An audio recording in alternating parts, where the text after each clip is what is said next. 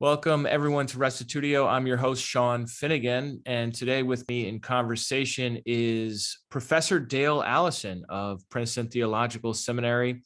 And today we're talking about his book, Encountering Mystery, which is published by Erdmans. Professor Allison, Professor Allison, welcome to the podcast. Thanks for joining me today. Happy to be here. We were just chatting a little bit before we started and talking about your background and sort of like the rules by which the game is played in the academy. And this book is really stepping outside your lane in a sense and covering some interesting and potentially topics that could get you in trouble if you were maybe a little younger scholar. Could you share a little bit about your motivation for writing this? Well, first of all, I'm not a younger scholar, so I have no more promotion committees to face, and so that makes this a lot easier. This really is a book that I started to write many years ago. I actually wrote a book related to this in the 90s, but I didn't have a full-time teaching job, and I knew that if I published it, I would never get a job. So I've waited until I've worked my way through my career to do this. I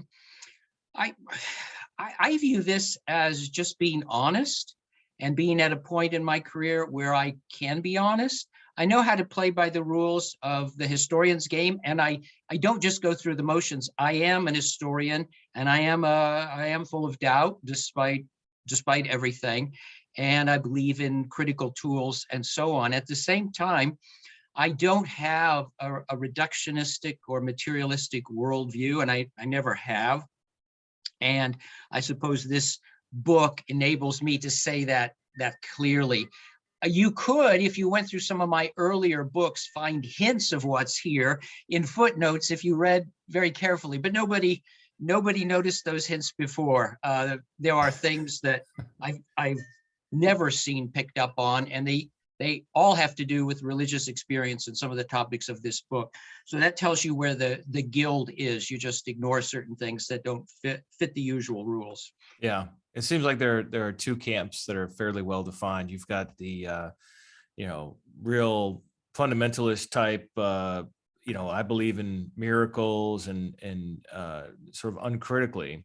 And then you've got on the other side, no, I'm a real scholar, and we all know that naturalism is just the default worldview for historiography, at least. Yeah. And you're really kind of stepping in between those two camps, and that makes you vulnerable to take fire from both, right?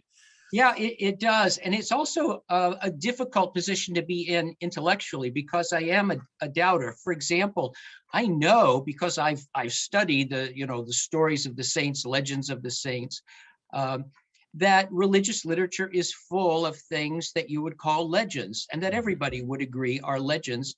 And many of them have to do with the miraculous, right? They just do. Mm-hmm. And so there's this habit which is justified of whenever you run into a miracle thinking, what's the real explanation, or what's the alternative to a literal interpretation? The problem is that I also think, both as an historian and as a human being, that there are things that happen that don't fit our usual reductionistic categories. There are things that I can't explain in my own life, in the lives of people I'm close to, and a few things in history that I think resist easy explanation. And so that makes me a doubter and a believer at the same time. Yeah. So yeah, that is a difficult space to be in. Yeah. You talk about some of your own personal experiences. You lead off with that in the book, and experiences of the transcendent. And you remark on the difficulty of acquiring good statistics of mystical experiences throughout. You kind of like bang this drum of like, why can't we get better data here? So I wonder, I mean, for you, it's pretty easy to see why this would be something you would keep under your hat, considering the pressures of the academic world and the sort of standard way of talking about religious experience. But like your average person on the street, you say over and over throughout the book, you're like, only once I made somebody comfortable enough that I wasn't going to ridicule them, would they open up to me about this strange experience they had of the numinal. So why do you think it is that way? Well, I think there are at least two reasons. One is secular and one is ecclesiological. So the secular reason is that most of us simply, even if we go to church, grow up with a secular education, and we learn, even if it's not explicit, that certain things are not mainstream or certain things are marginal. So you learn to think about history without miracles. There were no miracles anywhere in my public school education, which included college. And in fact, when I got to college, miracles were pretty much explained away or just laughed at. So I learned that there is a class of experiences that educated people don't pay attention to, or when they do, they ridicule them, right? So that's there. And of course, we have some scientists who are outspoken materialists, and we may run across them once in a while, and things get reinforced. But the other explanation, I think, is ecclesiological. And at least within the so-called mainstream Protestant churches, which go back to the Reformation, there's a very rich heritage of dismissing anything that's weird or abnormal. So what happens actually is that the reformers, Luther and Calvin and others, have to discredit Roman Catholicism. And Roman Catholicism is full of miracles. It's full of miracles. And many of them, miracles, for example, associated with the Eucharist, with the host, or with Mary, or saints and shrines, they seemed to support Roman Catholic doctrine. And so the best way to deal with them was to dismiss them. And early Protestants became very adept at saying, well, that's just a legend, or somebody was lying, or that's a psychological issue, or you've seen a hallucination, that sort of thing. So actually, most of the modern skeptical moves are already there in a nutshell, or, implicitly there in the 16th century with the early Protestant critiques of Roman Catholicism. And then you develop already in the 16th century, Calvin is thinking along these terms and says, well, he's inclined to this. He's not dogmatic about it. But the view that miracles simply stopped in the first century or very soon after the New Testament appeared, because the idea is that miracles were ways of accrediting prophets, ways of accrediting Jesus. And once you have the prophets and Jesus in books, you don't need accrediting miracles anymore. So that's known as cessationism. And it's been mainstream in the mainstream churches. That became dominant in Anglicanism, in the Reformed or Presbyterian tradition. And then it gets invoked from time to time when you run into groups of charismatics, for example, that you don't like. So when the early Methodists showed up, the early Methodists, they seemed kind of wild to some mainstream Protestants, and they were dismissed as enthusiasts. Enthusiasm was a cuss word in that context, right? It's a bad word. You don't want to be an enthusiast. And in the early 20th century, we then have the advent of Pentecostal and charismatic movements, at least here in the United States, and mainstream churches don't like them. They are associated with fundamentalism and everything that people are opposed to in the mainstreams. And so, again, there's a tradition of dismissing that. You don't look at it and say, well, I don't like some of this theology and some of this is weird, but maybe there's something interesting going on here. You just dismiss it. Right. It's the same move that the Protestants made with Roman Catholicism. They didn't really ask, most of them, are some of these miracles well attested? And if so, what would they mean? They just dismissed them. So I grew up in a Presbyterian church and then a congregational church, and there were no miracles in sight. They were in the Bible, but that was it. And you quickly came to believe that if anyone thought otherwise, there was something wrong with them. I was raised to think that Pentecostals are uneducated fundamentalists, and they're naive, and they're deceived about everything, and we don't need to pay them any attention. That's just what I got.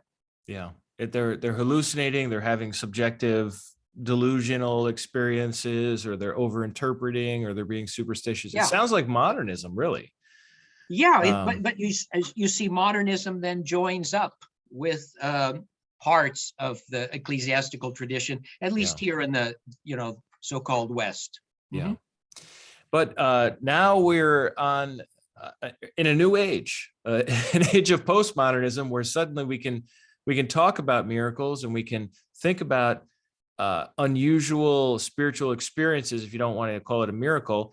And suddenly it's okay everywhere except for historical Jesus scholarship, or Well, the rest of society is like, oh yeah, maybe that happened. I don't know. So I think you have to be careful here. So the sociological research that I've seen does indicate that people are more open-minded than they used to be, let's say 60 years ago. Mhm. They're also more inclined to share their stories with others, but there are still tons of people out there who engage in what I call self-censorship. That is, who have experiences, and even now in this time and place, don't share them with anybody, or not with more than one person. They feel embarrassed or potentially embarrassed. This has happened a lot in my experience. People have shared things with me once they have found out who I am, and said, I haven't told anyone else, or I just told my husband, or something like that.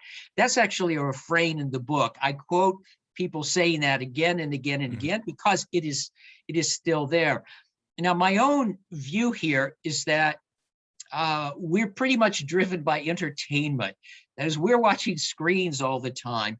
And if you look at the entertainment industry and the explosion after cable TV and all this stuff we have now, and the X-Files and so on, people do seem to, at least according to the opinion polls, be open-minded about all sorts of things, or at least the majority is. So I think there is some genuine movement there, but you have to be careful, because these surveys, they put all sorts of things together, and they include miracles with Bigfoot, miracles with the Loch Ness Monster, miracles with UFOs, which is a gigantic category, undefined almost always in these polls. And so it's really messy. And I'm not in this book interested in UFOs or Bigfoot or witchcraft or any number of things. I'm interested in a certain number of what I think are specific types of experience, and trying to figure out what's going on with them. But you're right. I think we're a little more open, although that refrain can also be heard in the literature of the 1960s and early 70s. People are saying back then, oh yeah, we're opening up, we're more open-minded, and so on. And that was true. But you can also, I found these sorts of comments also at the beginning of the 20th century, which makes me wonder if we're always thinking, that things are changing, and maybe they're not always changing that much, or maybe a lot more slowly than we think. Mm-hmm. But you talk about some of your own experiences, which I really appreciated, the vulnerability, the honesty, the transparency to talk about some of these. You chronicled 9 experiences on a little piece of paper in your desk drawer between 1979 and 1999. And I thought that was really interesting, that you made the effort to maintain your memories of these different events. I think a lot of us would just sort of allow those memories to collect dust and fade away over time. What drove you to do that? I mean, that's kind of an unusual practice, but I think it served you well, obviously, in producing this book. Well, so first of all, I've although my theology has developed and changed, my infatuation with religion and Christianity and the Bible really goes back to when I was 16 and had a sort of transformational mystical experience. So I've always known how profound religious experience can be and how important they are for people, or can be for people, because the only reason I'm talking to you today is because of some outrageous event that happened to me when I was 16 years old. Now, shortly after that, when I was 18 in my first semester of college, the professor in the Intro to Religion class did want to debunk everything I thought, but God bless him, he gave me, or he assigned the class William James's Variety of Religious Experiences. And I fell in love with that then. And I assigned that to my students in one of my classes. And that then, I think, opened up my eyes and gave me a really genuine lifelong interest in this subject. And then when I had later experiences, once in a while, I would go try to find parallels to them. I would try to figure out what's going on here. Is there an obvious chemical explanation? Yeah. The neuroscientists figured out what's wrong with me, and it's just some, glitch up here. Is what has happened to me common? I don't know. That's just been my. So you've always been the historian, or chronicling and. So maybe the historian, also the comparativist. So if something happens to me, I want to know if it happened to other people. And it's really hard to generalize from my own experience, or at least that's very, very hazardous. So I want a bunch of experiences or a bunch of firsthand reports that I can look at and then make generalizations about as an aggregate. I think that's the safest way to do things. You don't want to just look at your own experiences, whatever they are, visions or mystical raptures and so on, and say, okay, this is what they mean. You have to be careful. You have to be critical. You have to pay attention to the skeptics and the debunkers. And certainly you have to pay attention to the scientists. You just to the real science. You just have to. Yeah. So the way you do that is to try to study all this stuff, and I guess I have been doing that my whole life, and this book then reflects that part of me. Yeah. You have shared about this experience in a number of interviews you've already done. I hate to ask you again, but I know if I don't, my listeners will never forgive me. Could you just, in a nutshell, explain what happened when you were 16 and that 20 to 30 seconds that just knocked you onto this path early in life? So the answer is yes, I can do that. But having said that, I always have to preface this with the fact that this is not a verbal experience, and I'm taking it and I'm trying to put it into words. And when I put it into words, it doesn't really make sense, but that's all I can do. I put it into words for myself soon after it happened, and that's really all I can do. Actually, when I sit back and try to recreate it, I know everything I'm doing is sort of like a parable or a metaphor, because I can't get back into it. But this was a summer evening. It was between my junior year in high school and my senior year in high school. I was out in my parents' backyard. I was living at home. I hadn't gone off to college yet. This was Wichita, Kansas, 1972, and you could still see the stars from my parents' backyard. Things weren't as bad as they are now. And I was just sitting there alone. I have no recollection of what I was thinking or worrying about. And then just somewhere out of the blue, this must be 9:30 or 10 o'clock, it was as though something switched, and it was as though the stars came down and surrounded me, and their purpose or function was to announce the presence or the advent or the arrival of something with a capital S, right? And this something with a capital S was affectionate and loving, but also other and different and holy and a bit scary, maybe. I'm not quite sure. There's some kind of fear mixed in with this affection. It's very An strange. intensity, maybe. Yes, well, everything's all ramped up here. And the sense is that this is real.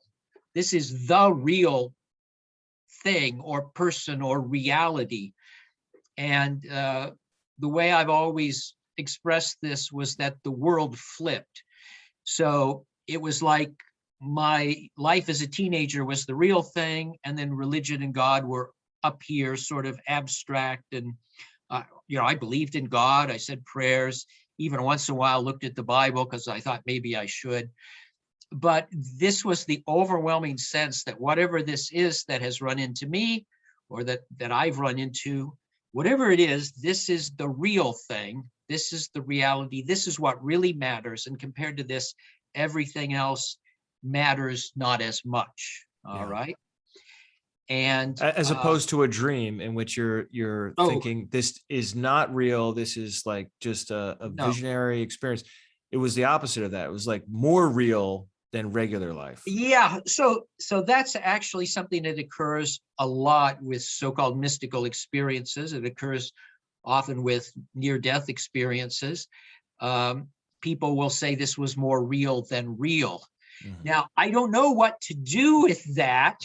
I want to accept that at face value, but I have read a couple of studies where the neuroscientists say that, there's some sort of chemical thing which can create in your head the notion that what you're seeing is more real than real. And people sometimes also say this with regard to drugs. My own response to that is that we can create artificial experiences of everything. It doesn't mean there aren't real experiences, right? So, right.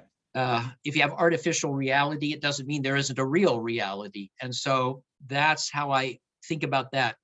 But inside the experience, there is, so whatever this was, it was not at all like a dream, just nothing like a dream.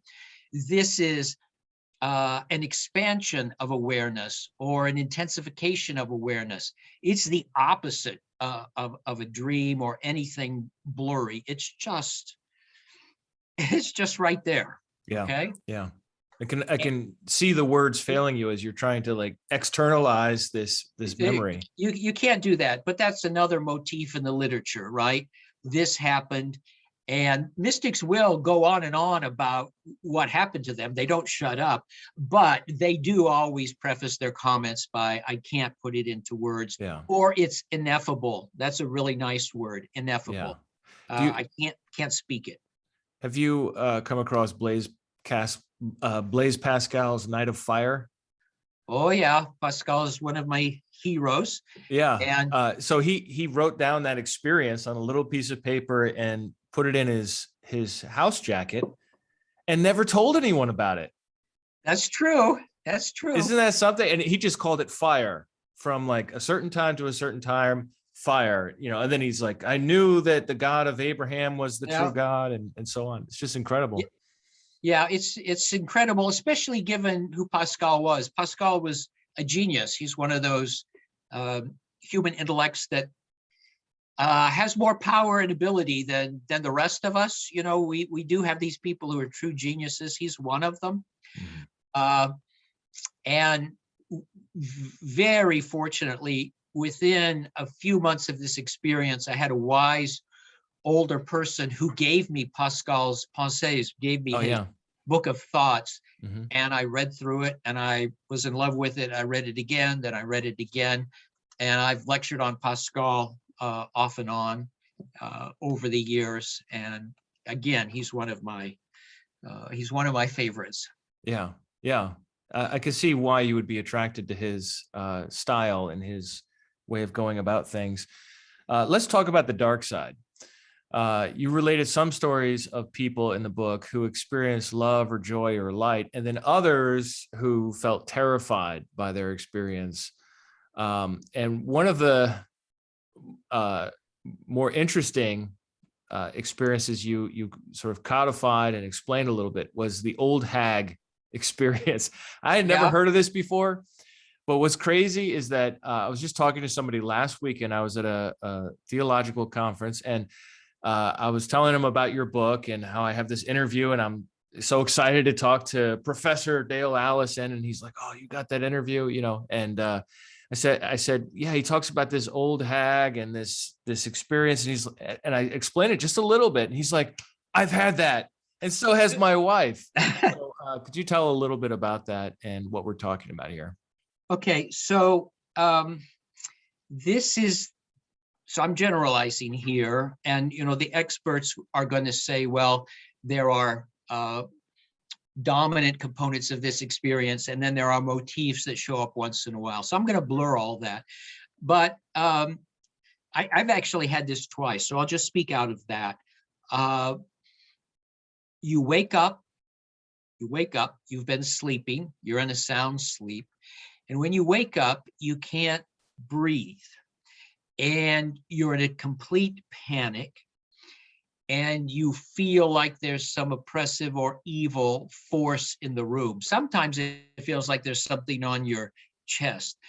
And if I couldn't put into words the experience I had when I'm 16, I think it's also hard to put this into words, because it's genuine terror. It's great fear, and you're just petrified out of your mind. All right, just petrified out of your mind. I don't know how to communicate that. Now, one part of this experience that's strange, but fairly common, is that people will not only sense an evil presence in the room, but they often sense it towards their feet, and then more often than not, way more often than not, off to the left side, right? And they sometimes don't just sense it, they sometimes see it, sort of like a very dark shadow. Yeah. And the experience is that it's menacing, or that it's threatening. It means you harm, right? It wants to do you ill. And so what usually happens to people in this experience is that they're panicked and they're trying to breathe. And usually within 5 seconds or so, they can do so. And the whole thing, the whole scenario just disappears. Mm-hmm. Now, as I understand it, we do have some understanding of the paralysis, because when you dream, your body creates a chemical so that you do not act out the dream. Mm-hmm. And the best illustration is always, for those of you who have had dogs or cats, you've seen them dream. You've seen them move their paws like this when they're asleep, Yeah. or they're chewing or eating and their mouths move just a little bit. Well, we do the same sort of thing. And it's because there's a chemical that inhibits our muscles from acting out what we're doing. When we're dreaming about running, we don't want to run. Right. Okay. So the theory here is, and it may be correct, I'm not an expert in this, but the theory is that what's happening is you're waking up in the middle of some state where that chemical is still there. And so you can't move. Now, why you also feel that you can't breathe, I don't know. But on both occasions when I had it, and this is a central part of the experience, it's like you've had the wind knocked out of you, or you've had your lungs collapse. You just can't get it, right? And you feel like you're going to die. Now, why this is in the book is because it's so often associated with the sense of an evil presence. For that, I don't know what the medical or reductionistic explanation would be. I also do know that there are occasions on which more than one person has been in the same room and had a very similar experience. So they both feel it was somehow related to the room. Also, I have a case of somebody I knew who was in bed with his young son, and this happened to him, and the son the next morning said he also saw the black shadow, over in that part of the room. So that's interesting. But here's there are two things that are really important about this. One is that it happens to people who don't know it's common. And they're often terrified, and they often don't speak of it, and they don't know that it's a known syndrome. And it helps to know that it's there, and it helps to know that it's not going to kill you, and it helps to know there are actually people now who can talk to you about this experience and help you deal with it. So there are actually some therapists out there now. But this happens to 20% of our population. Unbelievable. See, isn't that It's a fascinating? huge number. So that's a huge number. It happens to at least 20% of us over the course of our life. And yet it's something we don't know about. For me, And we don't talk about. We don't talk about it. And that's symbolic of many other things that are going on in this book, things that are common and that do go on. And yet there is a large public ignorance about this. The medical community itself, before the publication of an important book in the early 80s, was unaware of this as a syndrome, right? It just hadn't put the pieces together and didn't recognize it. But the second thing that's interesting is that I think, again, as an historian, this probably is one of the contributing factors to a belief that there are evil spirits or evil beings, because people simply have had this experience.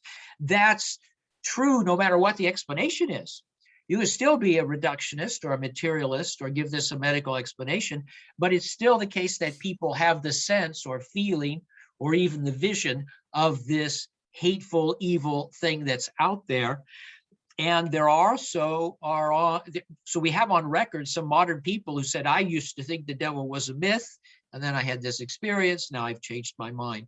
So I think that tells you that experiences can actually lead to changes in belief and can contribute to the emergence of beliefs. I don't know how to show this on a universal human scale, but I'm confident, given how widespread this experience is, given how it's been mythologized all over the world, right? It's in myths everywhere. It's something going on here. Well, something is going on, but I was just going to make the historian's point. Religious people don't just sit around and make things up. They just don't say, okay, let's invent Satan. Wouldn't that be a good idea? They actually— we can blame him for everything. They're trying often, I think, to make sense of things that happen to people, to things that have happened to them or reports they have from others. So I think this is an illustration of that phenomenon. Yeah. Would you be willing to talk about your daughter a little bit? I guess you mentioned in the book she had an experience. I'm not going to get you in trouble here talking about this. Well, I'm going to see her tomorrow. She's coming down. I won't tell her I did this. Well, actually, her experience is so bizarre and so weird. And it didn't happen to me, that I don't know really how to put it into words. But she grew up, I mean, she woke up one morning and she was alone in bed. And I don't know, this was, I'm trying to think, she would have been maybe a teenager, or maybe she was 20 years old. And instead of one, malicious spirit or presence or force, she saw several things, right? And they were hateful, and they were mocking her, and they terrified her, completely terrified her. She actually, put her head under the covers to get away from this, and then waited a few minutes and then got out, and they were gone. So I don't know what this was. I'm not going to pretend that I know metaphysically what this was, and I can't tell you she wasn't hallucinating. What I can tell you is that this was an important experience in her life. She told me recently that she suffered from post-traumatic stress syndrome for a decade after this. It was so intense and so horrible. Wow. And so evil. But there's another part of this that is significant to me, which is she came and told me, we were staying at a cottage that we owned, and she came and told me that very morning, right after it happened. She came and told me about this event because she knew I was open-minded. And what she said after her narrative was, "But Dad, you can't tell anyone because they'll think I'm crazy." All right. So that's the important part. Even if you think this is a hallucination, she's a normal person. She's mentally healthy. There's nothing wrong with her. And that she can't talk about something that really happened to her, and something, at least subjectively, and that was so overwhelmingly, had decade-long effects. That's just wrong. So that's one of the reasons I wrote this book. Yeah, you're speaking out. I want to encourage people to be open-minded. I know so many pastors that when they hear anything out of the ordinary, they just want to change the subject quickly. Really. Or they're just, they condescendingly listen, but they're not really interested. And they're as skeptical as, a secular skeptic would be. But that doesn't deal with people's real life. That is, people don't just want a condescending, okay, that's your experience. Pat on the head, and then, and then we go on. Things like this are, at the very least, from a psychological point of view, important for people. But there's also the pastoral issue that people in our time and place often associate their experiences with God or with angels or with demons, and they're trying to do their own theology in response to things that have happened to them.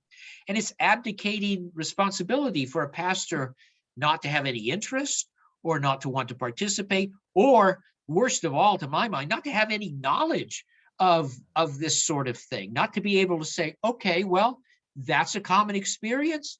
Here's, what people think about it. Here are the options for interpretation, and so on. Taking people seriously rather than dismissing them. Well, let's thank you for sharing that. I appreciate it. Let's talk about angels. Look, you wrote the book, so it's fair game, I wrote the book. Yeah. So you talk about the AIW, Angel in White, and you talk about these anti-gravity stories and people either nearly falling off a roof and getting caught, or falling off something and then floating downwards. These are especially hard for people to believe, since they aren't. I mean, these are objective experiences that were oftentimes even witnessed by somebody else. What is going on here with these angel stories? So first of all, that is the most, I think it's the most critical chapter in the book. So I'm not saying so-and-so told a story and I believe it. I'm looking at reports. And by the way, most of these come out of these popular books on angels, which have been selling really well since the late 80s and early 90s. And again, I think that we abdicate our responsibility when, as theologians or as pastors, we pay no attention to what people in the pews are reading. And they are not reading Jürgen Moltmann. They're not reading Wolfhard Pannenberg. They're reading the latest book on angels, right? And so you should have something to say to them about that. So I got this interest in these books many years ago, and it was in part because many of these books were just collections of first-person narratives. That is, people were simply saying, this happened to me, this happened to me, this happened to me. And I thought, well, if I have enough of these, maybe I can begin to make some generalizations about them. And one of the things I do, as you indicated, is I started putting these stories into piles. Here are the anti-gravity stories. Here are the angel in white stories. Here are the guiding voice stories where, a voice says, do this or don't do that. And it turns out to be for the good. And then people say, oh, it must be an angel, right? My guardian angel or something like that.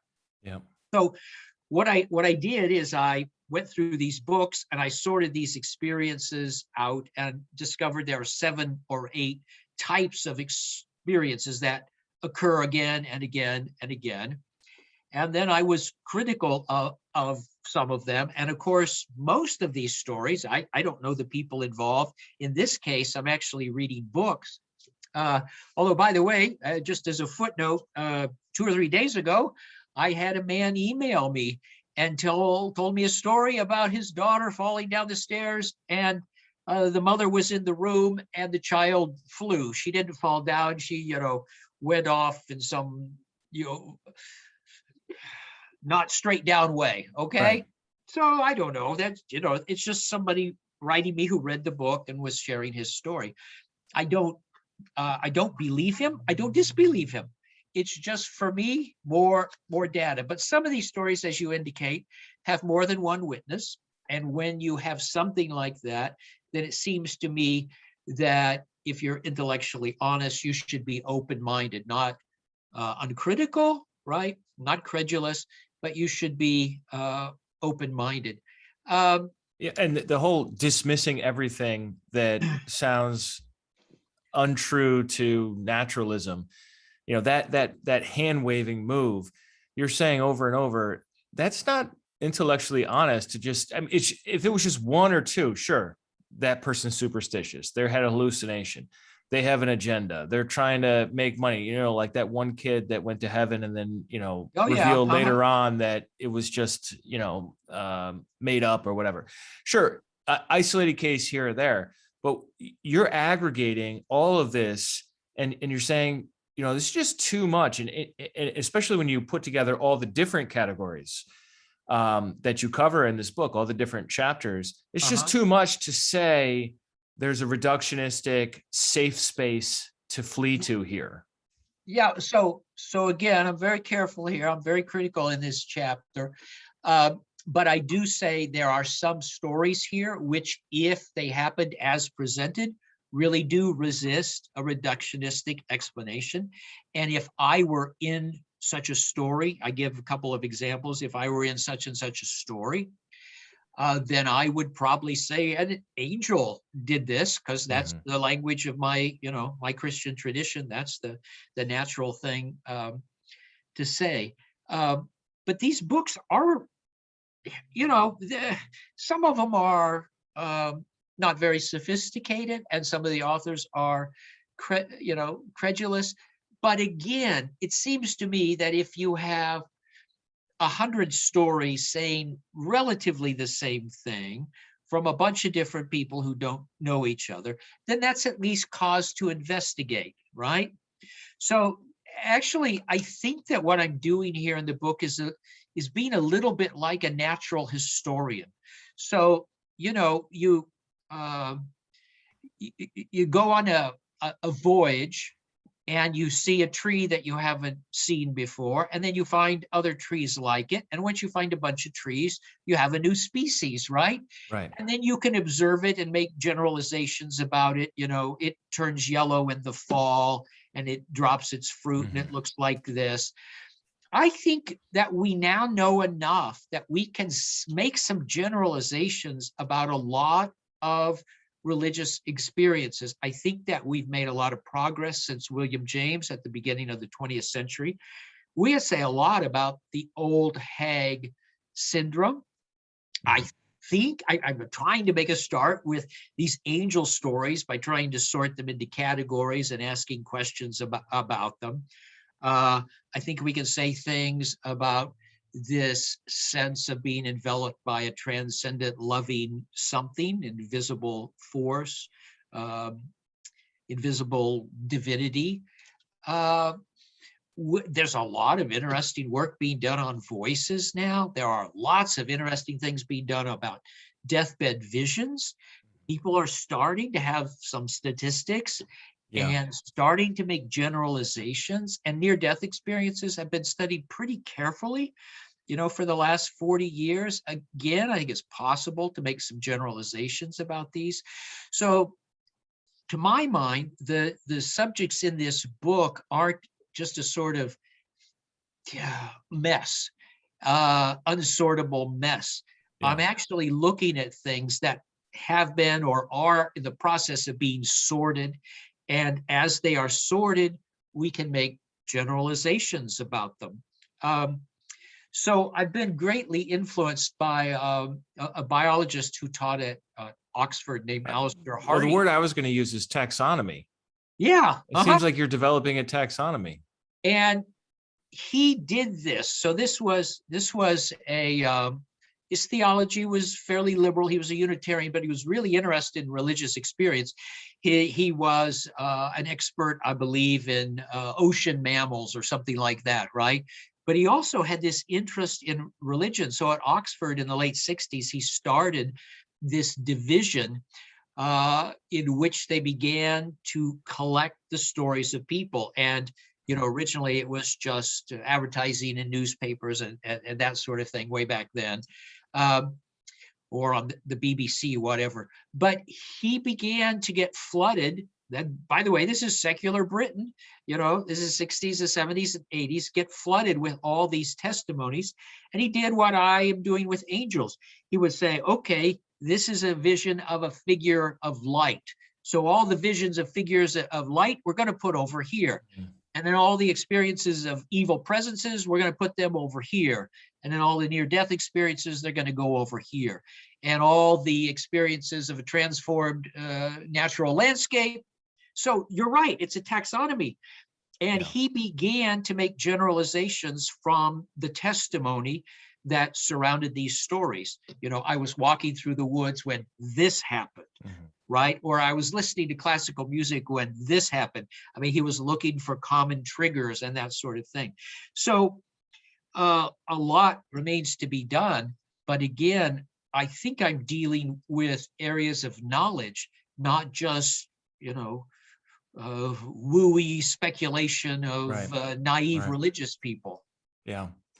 Yeah, you talk about a couple of other categories. Obviously, if people really want to know about all the categories, they can get the book. But one of the more interesting ones was the experience of sudden lucidity on the deathbed that occurs with some frequency. And, one statistic you had in there was that something like 60% of people are experiencing some sort of dream or vision as they're coming to die. Okay. Yeah. Could you talk about that a little bit? So or even somebody with Alzheimer's just suddenly so having clarity. So you're mixing two categories there. Terminal lucidity is one thing. That's the one I'm trying to, And then these visions around deathbeds are another thing. Okay. But terminal lucidity was named in the 21st century. I mean, it's not even a concept before the last, I don't know, the guy who named this in 2008 or 2010, something like that. And he had found enough cases historically, just a case here or there, and he brought them together, and there was some anecdotal evidence from our own time. And he said, I think this might be a real phenomenon. So this is the phenomenon of somebody who's been completely out of it, somebody who is dying, somebody who has had Alzheimer's for months or even years, or some other truly debilitating mental condition, occasionally somebody whose brain has been eaten by a tumor. And then shortly before death, this person will have a few moments or an hour or so of lucidity, and they will appear to gain their mental facilities back completely. They'll be able to converse, they know what's going on, and then they slip away, and then they die. So this is now being studied by mainstream scientists. They're trying to study it in part because they're trying to figure out if there are things going on that can help us with the treatment of Alzheimer's, right? Yeah. But it is a really weird experience, especially in people who have had brain tumors, and the experts say, they don't have enough brain left to, do what they just did, that kind of thing. I did find an old German writer writing about 1930 who had some of these cases, and he said, well, I think maybe we have here evidence for the soul because, they're really gone and their brains are messed up, but they're still able to do this. Yeah. Aside from this, it's not something you should expect or look forward to. If you have a loved relative or friend and that person is gone, you shouldn't expect anything else. But it does happen enough that it's now a recognized phenomenon. Yeah. But the other thing you mentioned, the visions at bedsides, these are really common, and they are being studied intensively in a number of places around the world. Really interesting results from a hospice in Buffalo, which may not be too far from where you are, right? Yeah, a few hours west. Okay, so they're discovering that these visions, which are usually of relatives or friends, once in a while, there's a figure they don't recognize, or they'll call it an angel, or they might say Jesus, but usually they're dead friends or relatives. And these people who are seeing them, the statistic here is really high. I can't remember whether it's 98% or 99%, but it's really high, that say, I'm not hallucinating, I think this is real. And also occasions of people who said, I used to be a skeptic, or I thought when you're dead, you're dead. I don't buy this religious bunk, but now I'm having second thoughts about what the heck, reality is, or there's something more here for me after I'm gone.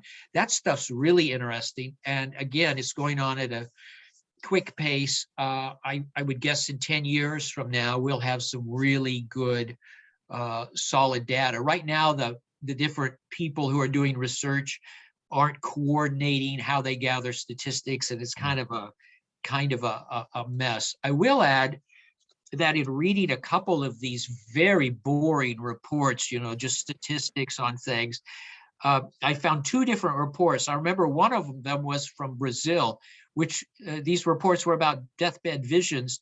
And in these two reports, just in one sentence, the authors said, oh, and by the way, the healthcare providers also sometimes see these. And you just think, what the heck is that? What the heck is that? That's more interesting, the whole rest of the article. I want that blown up, and I want to be told, what the heck is that about? Yeah. Right? They were just throwaway lines. So I do know there are stories. I included a few in the book where the person who is in the death process is not the only one to see something remarkable at the bed. Those are things that are going to have to be explained away.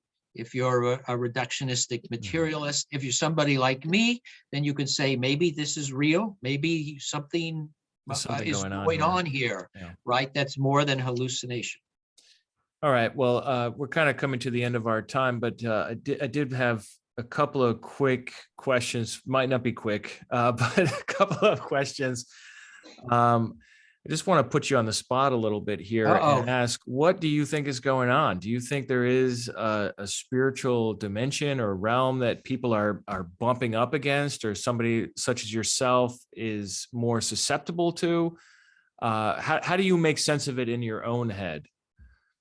So I don't think that visible reality is the only reality. I don't know whether I should be thinking in terms of multiple dimensions. I don't know how to think about this, but I think that there are realities that are not normally visible, and that we bump into them or they bump into us once in a while. And I don't think all of these are friendly or affectionate. Right. I do disagree with with some of my Christian friends, because I don't like to think in terms of simply angels and demons. I think that in this other realm, whatever it is, or other realms, I don't know which choice to make, that there's probably a spectrum. I think some things that happen just make no sense. They're absurd or they're funny. And I don't know how to say that's a demon or that's an angel. That's just something truly weird for which I have no explanation. But in any case, to answer your question, I don't think when I die, I'm dead. I expect to go somewhere else. And I think that there are other realities, and that this normal world that I see out the windows here is only a part of some larger whole. All right, last question. You say on page 82, you ask the question, is it really helpful in this post-Holocaust age to parade stories of miraculous deliverance when they are so few and far between, when Yeah. most people in need of rescue never get rescued? And then you say, why would God work a miracle to open a garage door while allowing millions to perish through injustice and hunger?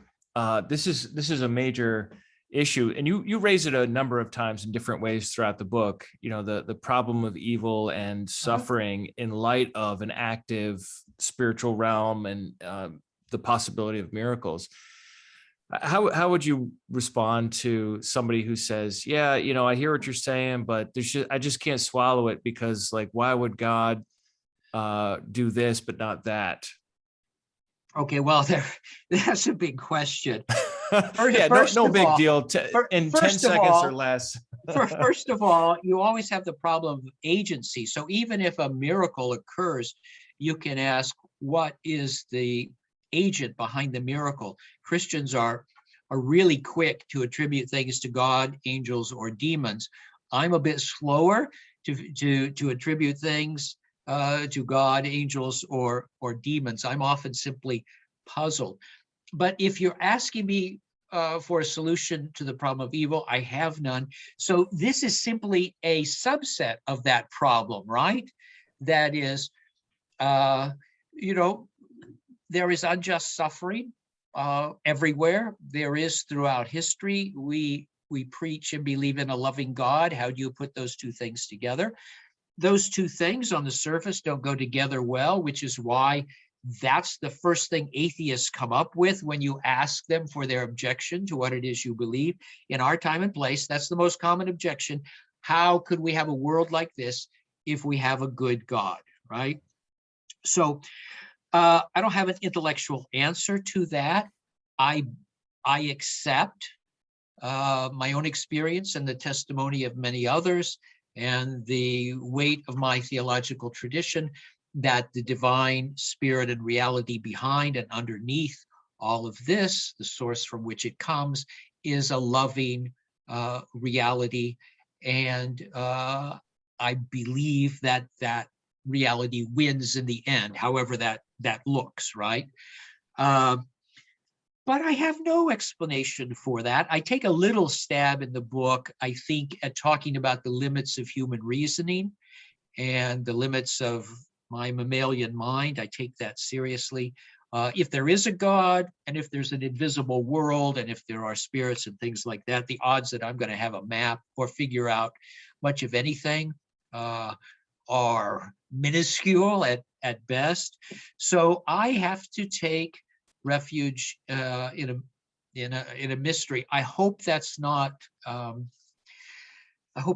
cowardly or cheap thing to do. I don't think it is, because I've been thinking about this my whole life, right? It's not as though I looked at this problem when I was 18 and I said, I'm going to call it a mystery and never think about it again. I continue to bump up against it and direct my brains and to read what people say about it, and to study theologians and philosophers and all the rest, trying to come to terms with it. It's the great problem for us, I think, as Christians, and I don't have your answers.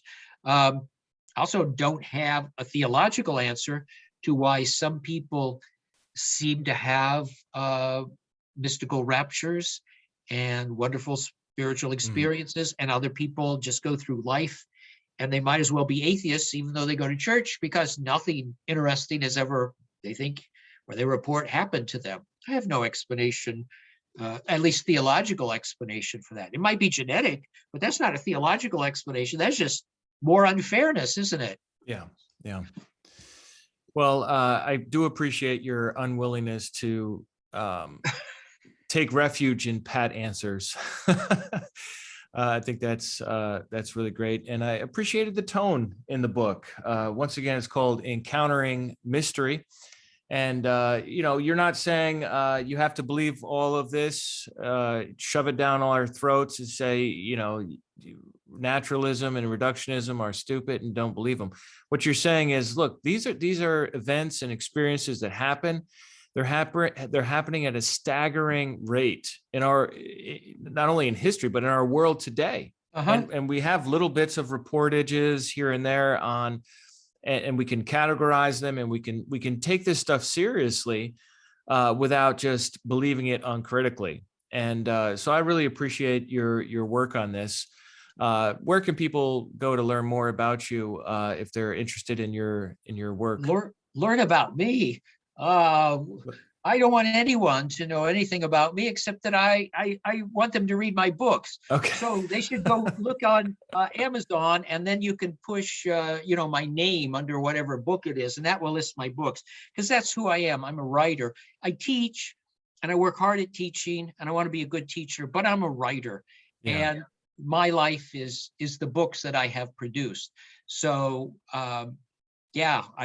I want people to read my books. That's why I write them. Yeah. Yeah. So well, that's who I am. Thanks for taking the time to talk with me today. Thank you so much for having me. I enjoyed it.